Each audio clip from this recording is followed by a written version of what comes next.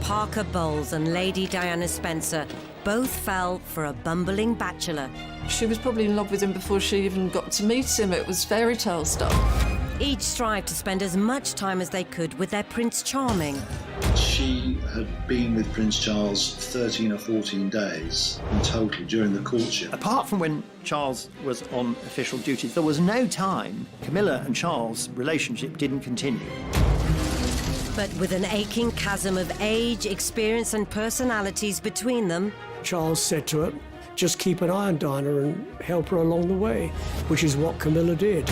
their lives became interwoven throughout 2 tumultuous decades. I can't imagine that Camilla wasn't on Prince Charles's mind as he walked up and down the aisle. Often when it shouldn't. That's having cake and eating it. As royal commentators dispel the myth of the monarchy. They ended up with the king doing the conga round the staterooms of Buckingham Palace. Experts will break down key archive from crucial moments in royal history. It was a fairy tale created by the Grimm brothers. So prepare to discover what actually happens when blue blood runs red. What have you been doing in here all day? This is The Royals Revealed.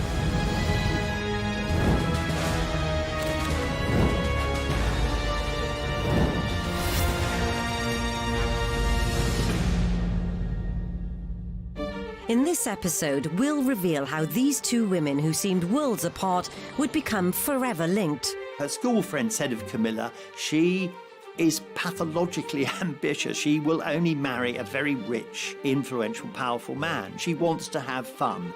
Whereas with Diana, you never got that sense that her main purpose in life was to have fun. Events would bring the most unlikely love triangle together. There were people who had colluded in what turned out to be the biggest con job that the British royal family had ever pulled on the nation. Everybody is emotionally engaged, but then there's this small distance around this one woman, Camilla. She's doing what I call meerkat body language. So you just get this lone woman looking up and just gazing very coldly, assessing her potential rival as she goes up the aisle. And how both women would go on to blow the monarchy wide open.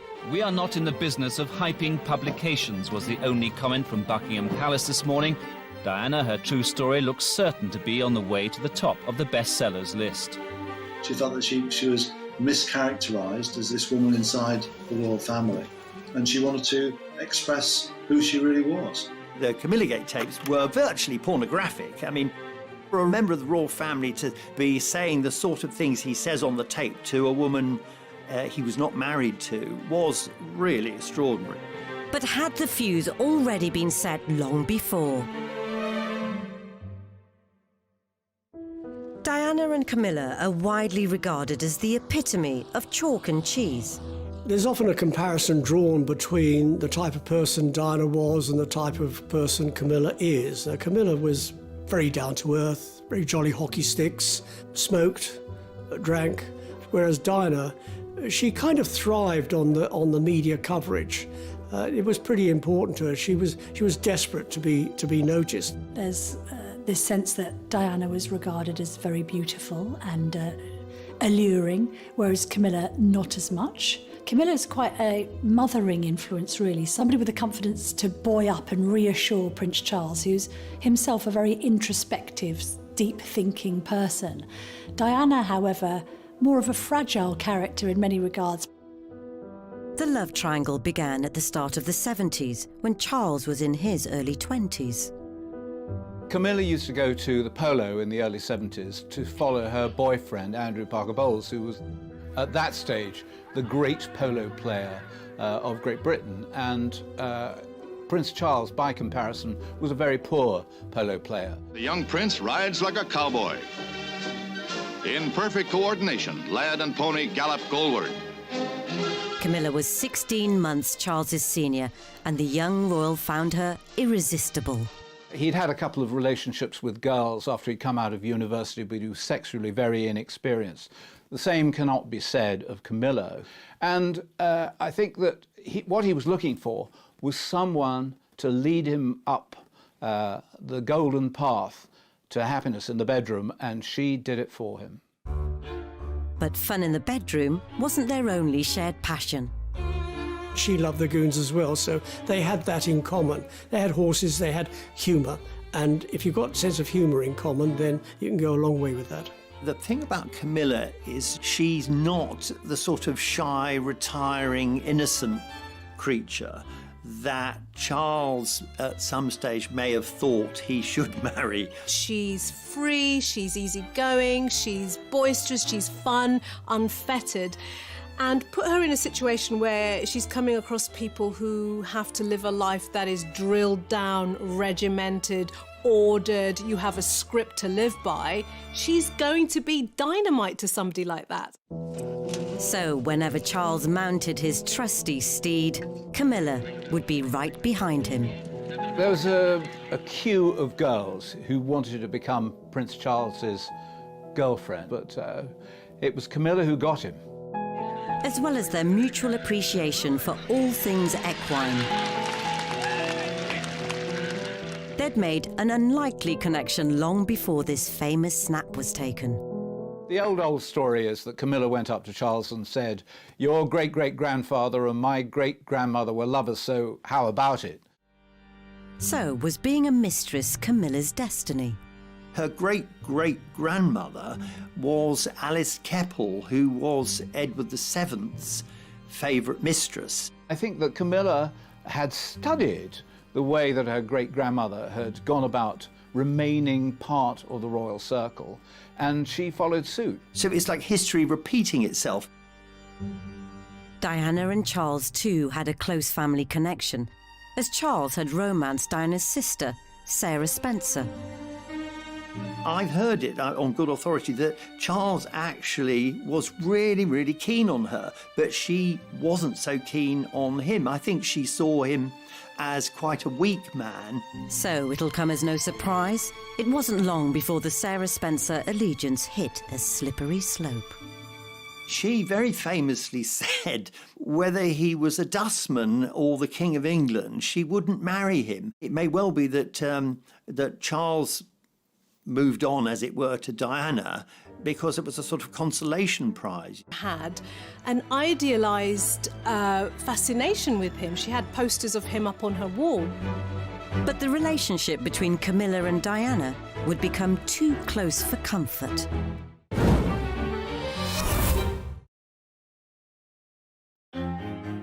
In the 1970s, Prince Charles had enjoyed a string of romances.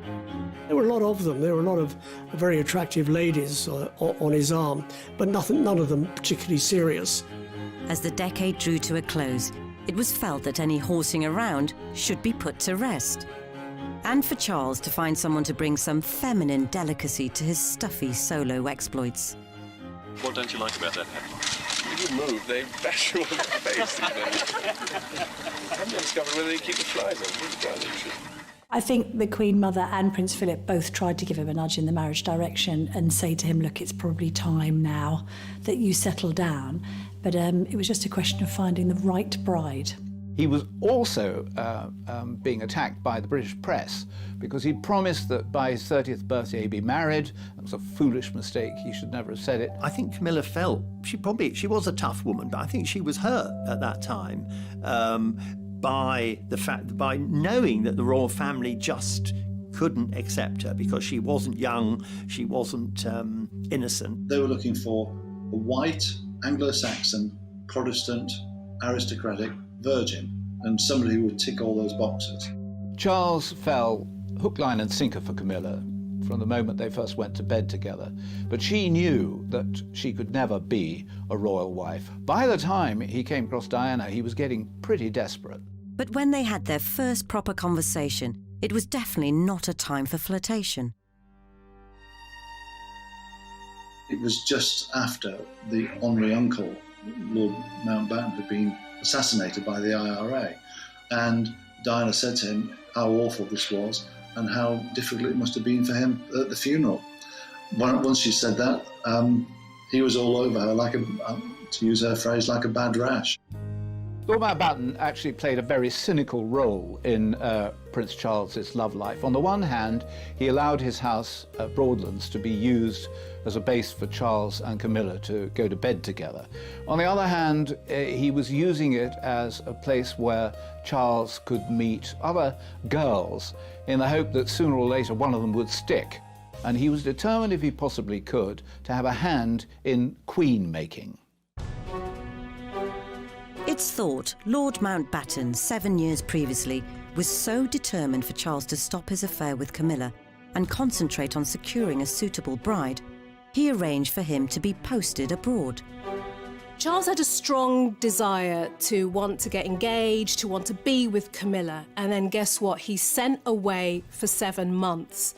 Now, it's a normal human reaction. If this is someone you're in love with, you're emotionally bonded with, and they're sent away, you're going to want it even more. And I think this is exactly what may have happened with Charles.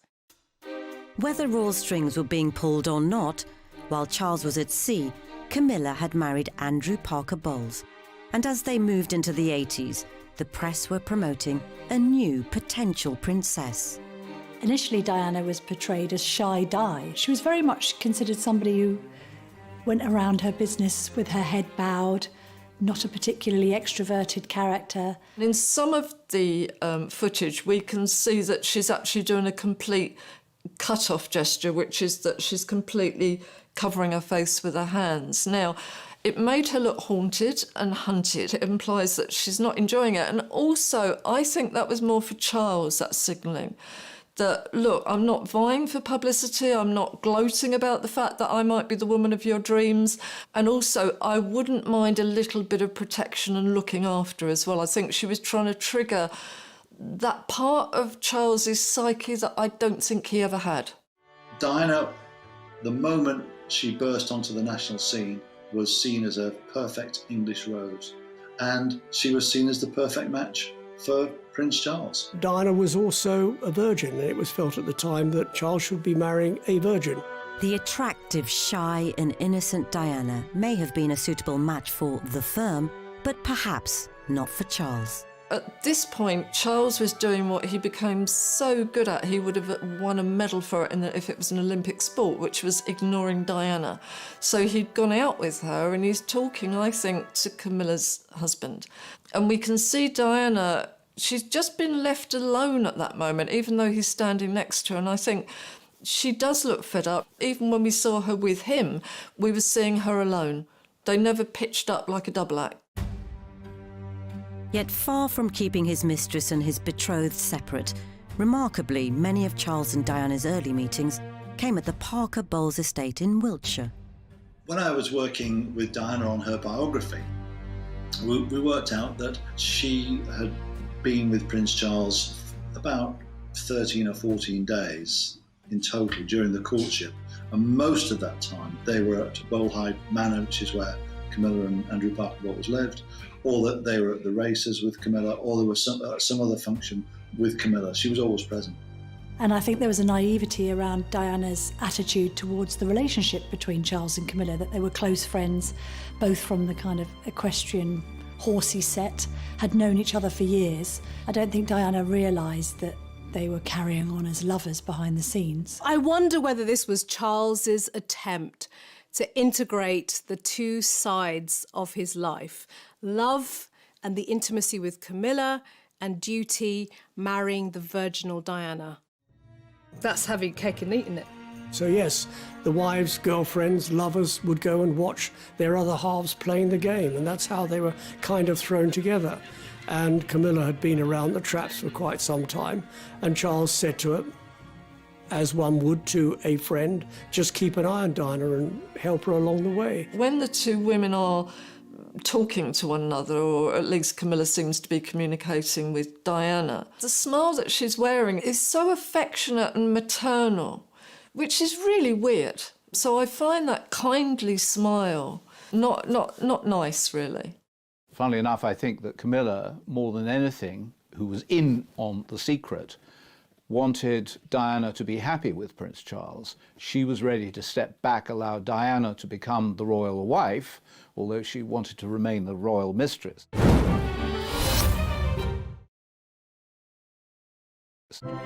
All eyes were on Diana as she attended her first official royal engagement. Apart, perhaps, from Charles's. There was almost palpable embarrassment from Charles, who decided to pretend that she wasn't with him for the entire evening. We can see him in all of this footage ignoring her. Not one friendly glance, even when they walk up the staircase. He just glances in case she might trip, but he even puts his hand in his pocket on the side that she's on, which is a rejection gesture. It's kind of, I'm not going to touch you, I'm not really with you. It was an eye-catching display by Diana, and even that Camilla and Charles had discussed the fact that it might be a good idea for Charles to marry Diana. If you were unkind, you would say that Camilla endorsed Diana because she thought she might be a bit of a walkover. What an incredible misreading of the situation that turned out to be. With Charles somewhat loafing on the matter of marriage, the other intimidating male influence on his life stepped in. Prince Philip sent Prince Charles a letter during the romance with Diana saying either ask her to marry him or let her go, because this kind of speculation is not good for her reputation in the future. So just make your mind up. Charles swiftly did his duty and popped the question.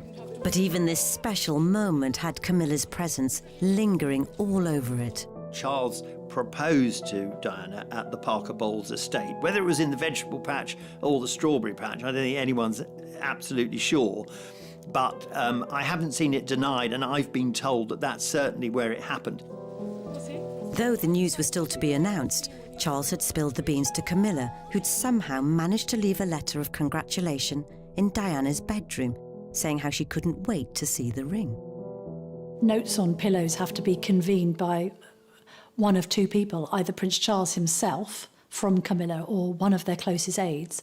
But second of all, I think the idea that Camilla had knowledge of this intimate moment ahead of anyone else must have served as a wake-up call to the fact that Charles was clearly treating Camilla as the ultimate confidant. She later complained about it and said that Camilla knew more about her movements and activities than she, Diana, knew herself. Quite clear what Camilla was doing when she put a letter on Diana's pillow. It was to find out what the lie of the land was like and how could she still see Prince Charles. It speaks volumes about the extent to which she is a woman who can control situations, who wants to control situations. And for Charles, that's the great appeal. Diana, she wasn't a woman of the world. She hadn't had any boyfriends, but that is about the sum total of her 19 years. And then all of a sudden she becomes engaged to Charles. In the obligatory interview that followed, Charles was hardly selling the notion he was smitten.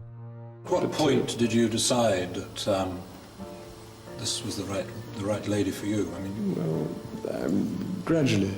He was groaning and moaning and it was a gradual process, and for her it was instant. You know, she saw this man, she knew who he was, she was probably in love with him before she even got to meet him. It was fairy tale stuff. She was playing up to the cameras, she knew what her script was, she was ready to say, I am in love with this man and it's all going to be wonderful. But he, unfortunately, a man of some conscience, was thinking, Camilla's watching this. And did Charles's attempt to be tactile further betray his inner thoughts? It looked incredibly romantic in a way, but, you know, try it on yourself. Who strokes a finger downwards? It's not nice, it doesn't feel nice, it's not a reassuring gesture, it's almost a gesture of somebody who's never touched anybody else. You'd go sideways or you'd go from the knuckle up to the fingertip, not the other way. So even that must have felt quite weird for her, I'm afraid. And away from the uneasy hand stroking, Charles really put his foot in it. Can you find the words to sum up how you feel today, both of you? Difficult to find the right sort of word, isn't it, really? Just delighted and happy. And I'm amazed that she's been brave enough to take me on. And I suppose in love. Of course. Whatever in love means. Yes. Well, it obviously put your own means, interpretation. Obviously means two very happy people. Yes. Once again, congratulations. Well, from us, congratulations. Thank you very much. Very kind. That was the point, that her fairy tale marriage, you could see that it was a fairy tale created by the Grimm brothers. You know, it just collapsed, and you can see her face went down like that, his face went down like that.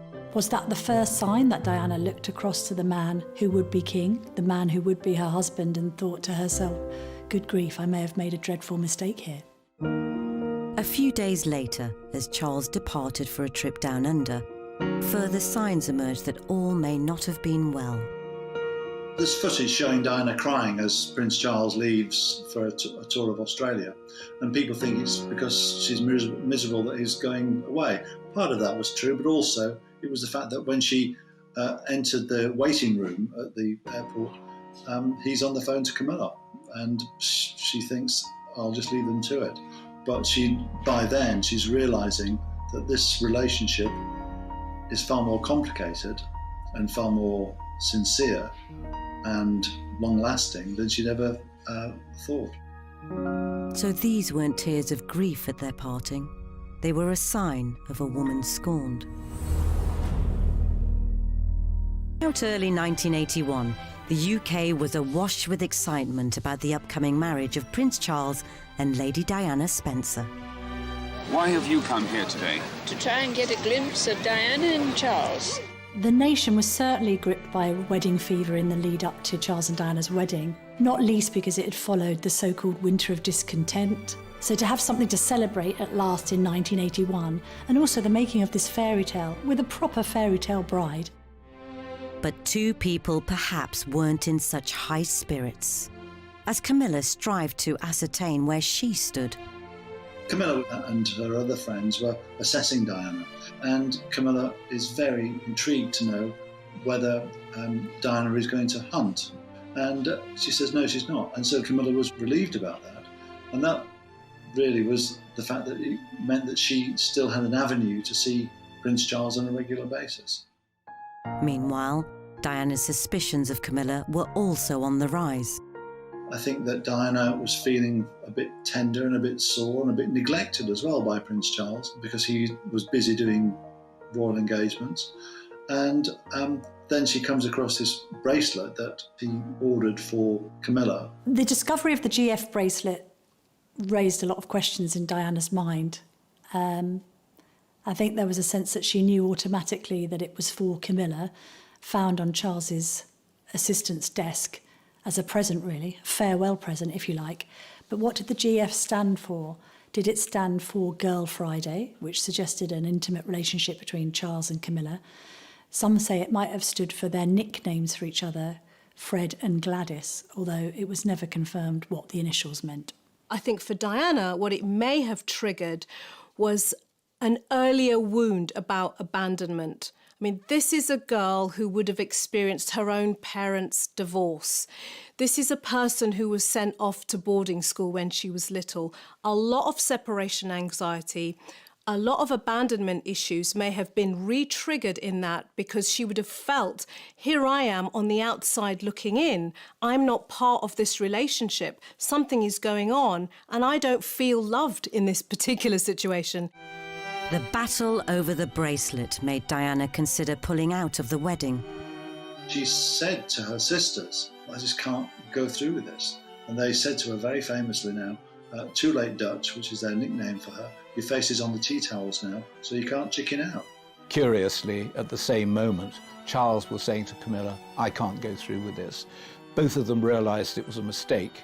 And Diana, particularly because she was young, because she was volatile, was taking it worse than Charles was. But outwardly, at least, they needed to try and keep up appearances. I had tea with them 2 days before the wedding, just the three of us, and they seemed besotted with each other. If Diana looked downbeat on the commemorative towel, she'd be positively fuming at what happened next. Apart from when Charles was on official duties, there was no time during which Camilla and Charles' relationship didn't continue. And I would go so far as to say right up to Charles's wedding to Diana. As proceedings got underway, one half of the wedding party were supremely relaxed. Having been the crusty old bachelor, he hadn't been very interesting to either the press or the public, or very popular, until he decided to get married. And then suddenly he'd shot up to #1 in the royal family as people loved him, they cheered him. He probably hadn't noticed that they probably weren't cheering him, actually, but as long as he was near Diana, he could think it was for him. Charles and Diana will forget everyone except each other as they take the vows to love each other in sickness and in health, for better, for worse. I can't imagine that Camilla wasn't on Prince Charles's mind as he walked up and down the aisle. A little look to each side, possibly not a moment for recognising faces. Diana, too, was taking in all her surroundings, and there may have been an unwanted sight in her peripheral vision. Think about it from a relationship point of view. You know, getting married to the man of your dreams and his ex is in pew number 17. That would have affected her emotionally. Everybody is emotionally engaged, but then there's this small distance around this one woman, Camilla. She's doing what I call meerkat body language. So you just get this lone woman looking up and just gazing very coldly, assessing her potential rival as she goes up the aisle.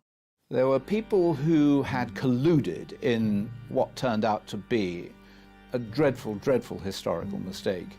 And they included the Prime Minister, Margaret Thatcher, who'd been told that Diana didn't want to get married. And the Archbishop of Canterbury, Robert Runcie, who not only had been told that she didn't want to get married, but that Charles didn't want to get married. And yet he, the head of the Church of England, presided over what was the biggest con job that the British royal family had ever pulled on the nation. As they traipsed back down the aisle, now man and wife, the congregation scanning continued, with Charles slowly walking into a future without his mistress, or so we all thought. So having initially been optimistic about Charles shaking her off, because they now were married and wanted to start a family, I think Diana quickly realised that she'd been rather naive in that assumption.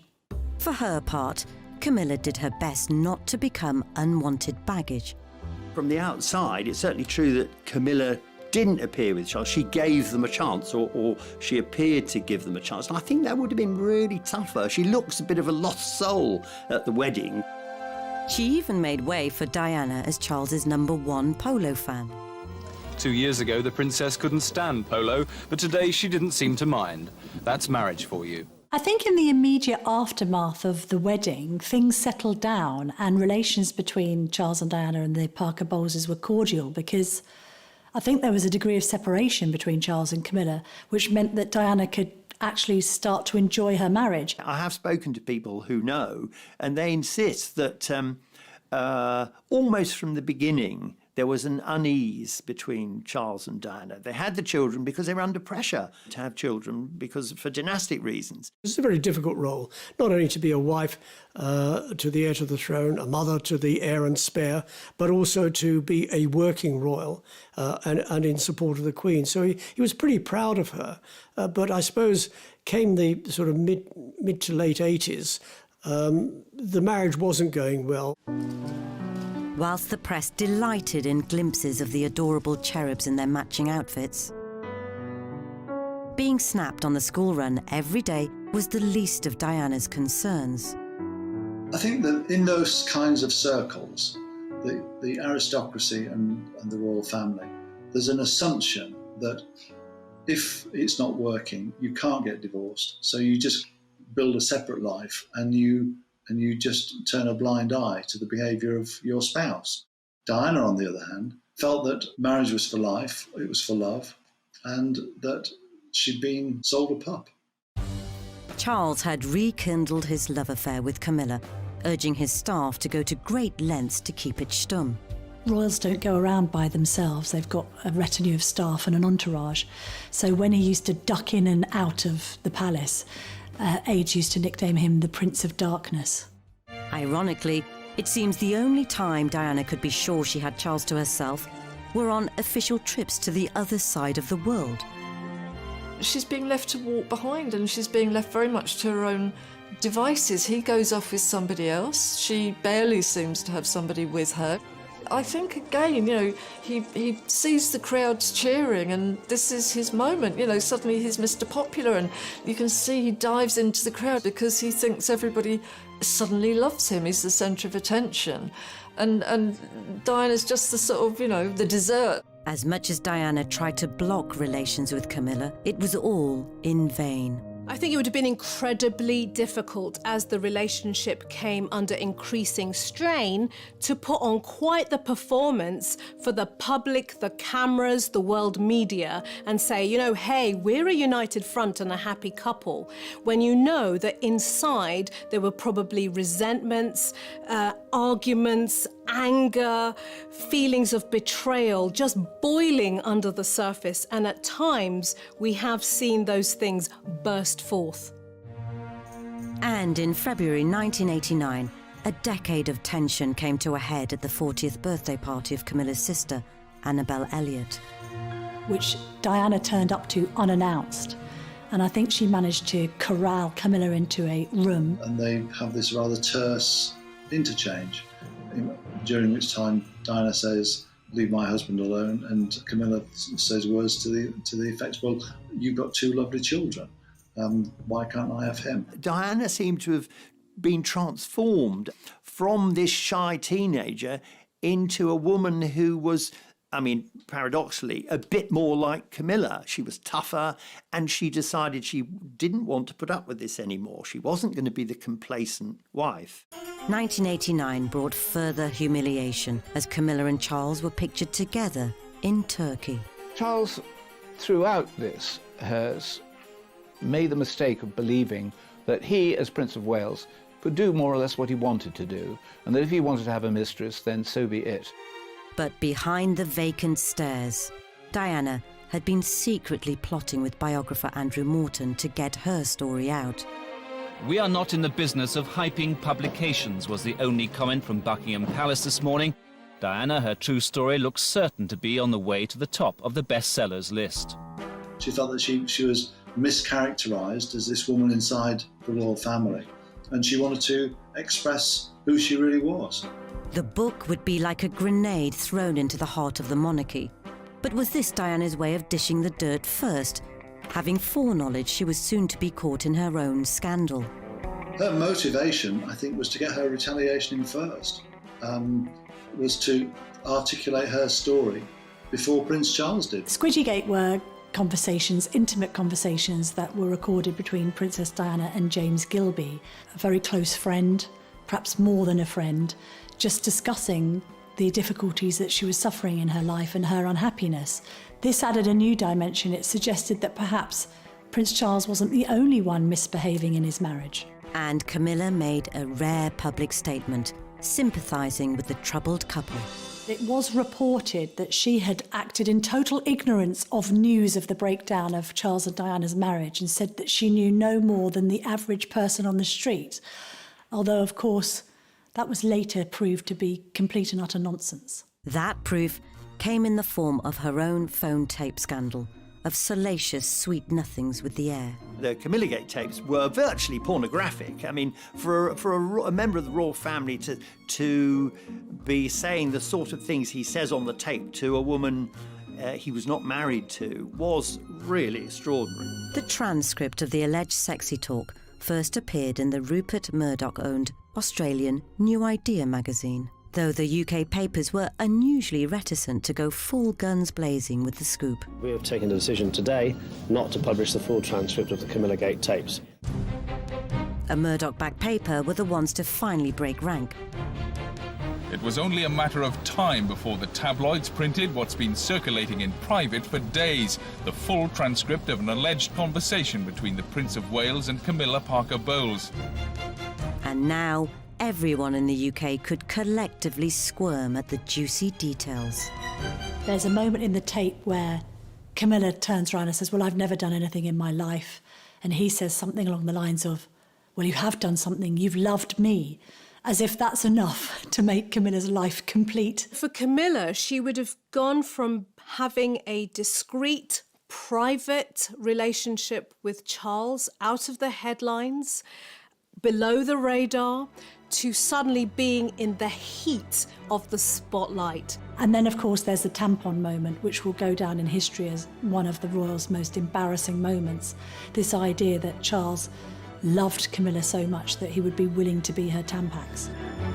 With a nation now reeling from words they could not, Diana might have been a young and naive girl when she entered the royal family. But by the time she left it, the whole institution wondered what to do next. The War of the Waleses had been a bitter battle. After Charles and Diana both aired their dirty laundry so publicly, the Queen stepped in to push the divorce proceedings. The effect of the War of the Waleses on Camilla was catastrophic because it cast her as the Scarlet Woman. She really was regarded as the lowest of the low at that point. Camilla's love for Charles must have been such that she was able to stand by her man. She must also be incredibly emotionally resilient to cope with being thrust into the spotlight as the mistress, as the bad guy in this story. And I think it's testament to her character that she was able to withstand that. So, the woman with a love of hunting had become the hunted. With the media dispatched to a remote corner of Wiltshire, to the annoyance of Andrew Parker Bowles and a defiantly gesticulating Camilla. She was in great distress. The one thing you can say about Camilla is that she has an amazing backbone and that she was always going to be able to survive in a way that fragile Diana found it much more difficult to survive. But at that time, suddenly, Camilla became the victim, not Diana. And I think very wisely during the War of the Waleses, she realised that no good could possibly come of her trying to explain her position. The Parker Bowles' marriage was also left in tatters. They divorced in 1995, saying they no longer had anything in common. The spotlight which suddenly shone upon Charles and Camilla, you would think would put an end to the relationship, that frightened they would run away from it, that Charles would realise that his duty was to stay with his wife, Diana. In fact, what it did was it forged the bond between them and made their relationship that much stronger. By late August 1996, Charles and Diana had divorced. And the now officially unburdened heir began campaigning to turn the public perception of Camilla around. There are a number of strategic errors made by both Charles and his supporting team during the following years. And something, I think, which the Queen felt very uncomfortable about. I think that she thought that it would be much better if they maintained separate lives, separate houses, of course continue their relationship. She understood that relationship, but I think she wanted nothing that was going to rock the royal boat. To her credit, Camilla never went on the offensive. I think it is commendable that Camilla never really fought back. Camilla, over the years, has sacrificed so much for the love of Prince Charles, really. She could have gone out all guns blazing. She decided to take a step back and just accept her fate. Meanwhile, Diana had started dating Dodi Al-Fayed. As the Camilla charm offensive seemed to be softening the public perception, if perhaps not gaining universal acclaim. Would you be happy one day for Camilla to be queen? No, I wouldn't. Do you think Camilla should be queen one day? No, I think that's going too far. 2 months later, tragedy struck. Just to confirm the news that Diana, Princess of Wales, has died in a car accident in Paris, which also killed her companion, Dodi Fayed. And as a nation grieved, Camilla was forced back into hiding.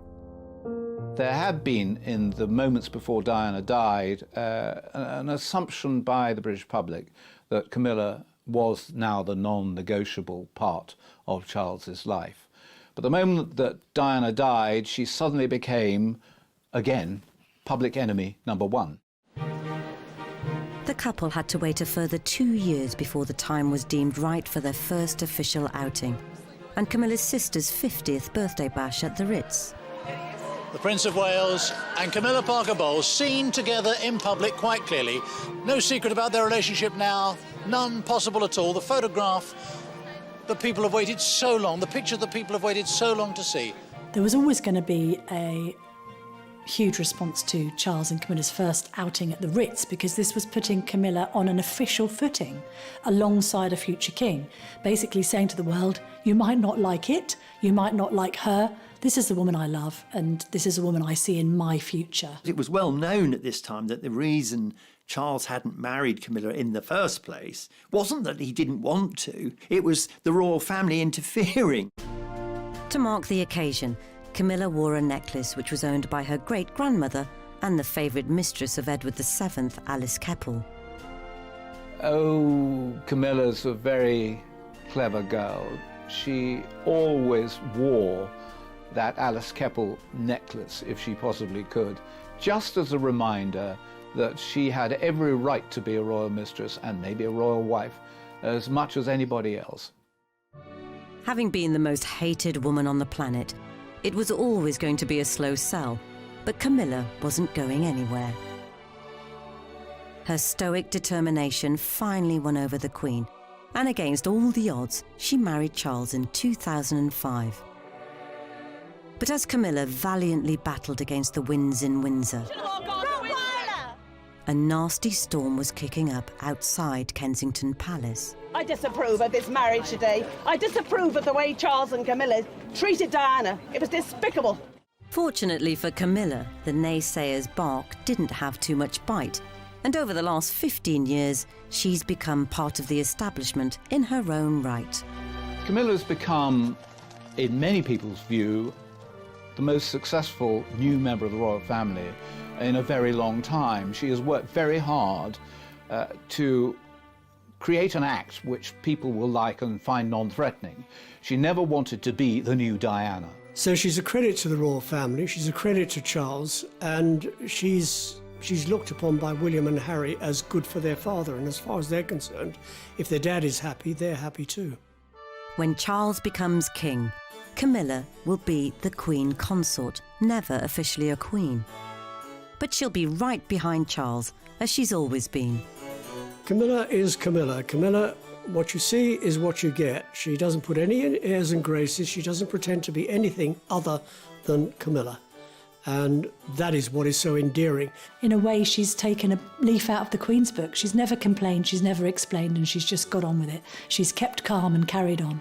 I suspect the Queen looks back now and thinks, if only we'd let Charles marry Camilla in the first place, because they will be aware now that at no stage would Camilla have ever gone to the press, gone secretly to a journalist and supplied information for a book about her disastrous marriage. In other words, the Queen and the royal family have realised that Camilla is actually one of them. She, in a way that Diana never was. And I think that's made it easier for the Queen to accept. Whilst Diana may never have been suited to becoming Charles's queen, more than 20 years since her death, she still remains one of the nation's most beloved members of the royal family. And though Camilla might not ascend to the same levels of popularity, there's no doubt affection towards her continues to grow. He'd had a couple of relationships with girls after he'd come out of university, but he was sexually very inexperienced. The same cannot be said of Camilla. And I think that what he was looking for was someone to lead him up the golden path to happiness in the bedroom, and she did it for him. But fun in the bedroom wasn't their only shared passion. She loved the goons as well, so they had that in common. They had horses, they had humour, and if you've got a sense of humour in common, then you can go a long way with that. The thing about Camilla is she's not the sort of shy, retiring, innocent creature that Charles at some stage may have thought he should marry. She's free, she's easygoing, she's boisterous, she's fun, unfettered. And put her in a situation where she's coming across people who have to live a life that is drilled down, regimented, ordered, you have a script to live by. She's going to be dynamite to somebody like that. So whenever Charles mounted his trusty steed, Camilla would be right behind him. There was a queue of girls who wanted to become Prince Charles's girlfriend, but it was Camilla who got him. as well as their mutual appreciation for all things equine. They'd made an unlikely connection long before this famous snap was taken. The old story is that Camilla went up to Charles and said, "Your great-great-grandfather and my great-grandmother were lovers, so how about it?" So was being a mistress Camilla's destiny?